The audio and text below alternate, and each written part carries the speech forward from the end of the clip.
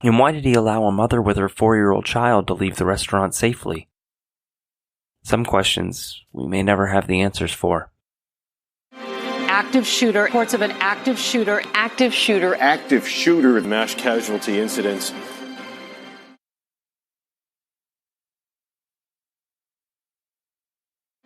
Active shooter, reports of an active shooter, mass casualty incidents.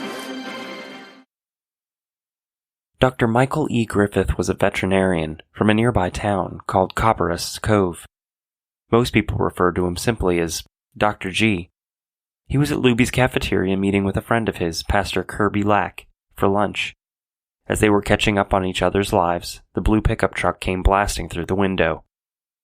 Dr. Griffith was the first one shot as he ran towards the truck to see if he could offer help for what he thought was an automobile accident.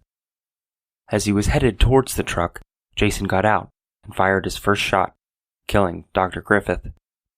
Pastor Kirby Lack also went towards the truck to offer help, and when Jason fired at him, Pastor Lack was able to leap out of the way just in time, narrowly missing the shot Jason had fired. Pastor Lack dipped his fingers in someone else's blood and smeared it across his face, laid down, and held his breath, pretending to be dead. Even when Jason kicked him, Pastor Lack laid limp and didn't move a muscle. Jason fired a shot next to the pastor's head, missing him, but causing Pastor Lack temporary deafness due to the noise of the blast. Susanna Hupp sat at a table with her parents enjoying lunch when the massacre started. Susanna usually carried a small firearm with her in her purse at nearly all times. At the time, there was a law forbidding her from carrying a firearm into a public place. Afraid of losing her chiropractor license, she opted to leave it in her vehicle. I watched him come around the front of the truck. We were on the passenger side of the truck. He would take aim, pull the trigger. Then he'd walk to the next person and he would take aim and pull the trigger. And that's when I thought, I've got this guy. I've got him. I used to carry a gun in my purse, and at that time in the state of Texas, it was illegal. So I reached for my purse on the ground next to me and realized that about 3 months earlier, I had made the stupidest decision of my life.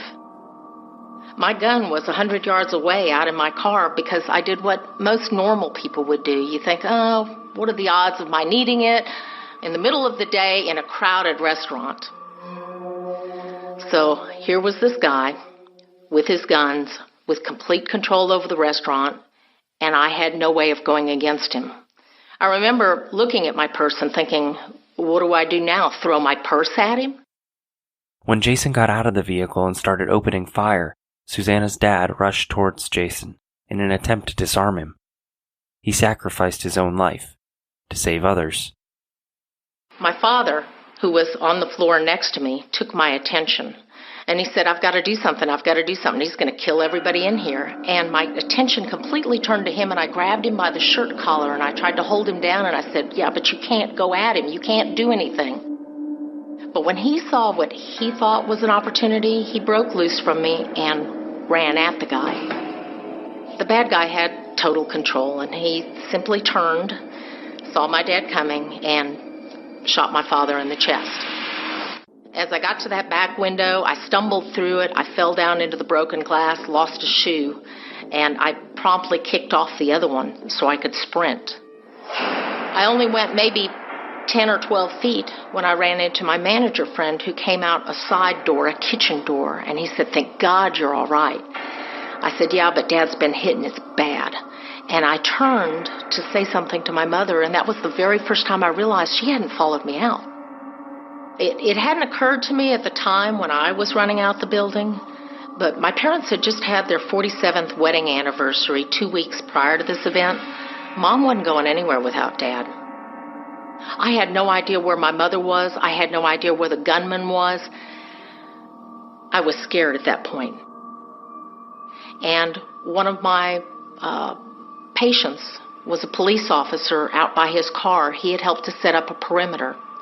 And he made a hand signal to me telling me to stay back. While Susanna's mother held her dying husband, Jason walked up to her and shot her in the head, instantly killing her. Seeing her parents be murdered right in front of her inspired Susanna to do something to try and stop such a massacre from happening again. Susanna served in the Texas House of Representatives from November 15, 1996, until January 9, 2007. She was also an advocate for a person's right to carry concealed weapons. One of the things that they saw was a woman on the floor cradling an older man who had obviously been mortally wounded. They said at that point they saw a 30-something-year-old man walk up to her, gun to her head. They said she looked up at him, put her head down, and he pulled the trigger. And of course that woman was my mother. Louis Caraballo was at Luby's enjoying lunch with his boss. Louis worked as a service manager in the automotive department at the local Walmart. When the truck crashed through the window, the impact had knocked Mr. Caraballo unconscious because the truck crashed right at the table where Louis and his boss Tom were seated. When Louis finally awoke from his unconsciousness, he tried as hard as he could to focus on what just happened. Before he could even think another thought, Louis was struck with a bullet in his back. He later described the feeling of being shot as his whole body felt like it was on fire. He could hear the shooter, Jason, walking around the restaurant, talking and shooting. Louis was able to get out of the building before collapsing outside the door. He had to spend weeks in the hospital.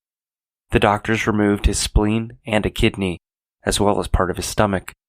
He still suffers from some side effects, but for the most part, he remains in good health. Unfortunately, Tom, Louis's boss, wouldn't have the same luck as Tom, as he was one of the victims that died at the scene after being shot. Killeen, Texas is most well known for being home to the Fort Hood military base. In 1991, Killeen had a population of about 65,000 people, which were primarily military service members and their families. Jason, the shooter, lived in Belton, Texas.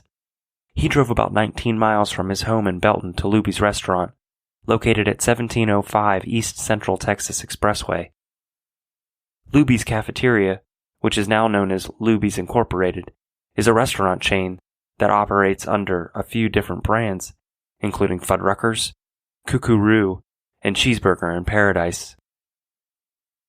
While the franchise was founded in San Antonio, Texas, the different restaurants can now be found all over the country, as well as in Canada and Puerto Rico. Bob Luby opened the first restaurant in 1947 with a simple goal in mind: to serve good and fresh food, as well as offer a family setting where people wanted to come back again and again. The restaurant is most known for being popular with families and senior citizens. On October 16, 1991, Luby's Cafeteria in Killeen, Texas employed about 45 employees. While we don't know for certain how many employees were working on the day of the massacre, we do know that none of the employees were killed. After the shooting, Luby's Cafeteria donated $100,000 to a relief fund for the victims. This is what you'd cook if you had the time. But since you don't, you go to Luby's Cafeteria. Good food from good people. How do you make mouth-watering desserts like these? The same way you eat them. You take your own sweet time. Luby's Cafeteria. Good food from good people. Just because we cook everything here doesn't mean you have to eat it here. Take home a home-cooked meal from Luby's Cafeteria. Good food to go from good people. Active shooter. Reports of an active shooter. Active shooter. Mass casualty incidents.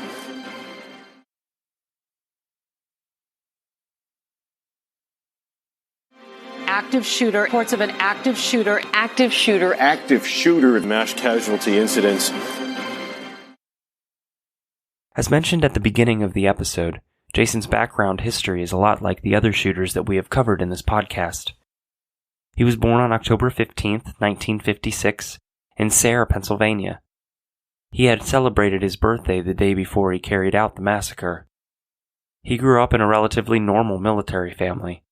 His father was an orthopedic surgeon and would travel around the country working at different army hospitals, and his mom was a homemaker. He had 2 younger siblings, a brother and a sister. Jason went to Mayfield High School and graduated in 1974. He immediately signed with the Navy and spent 3 years enlisted before being honorably discharged.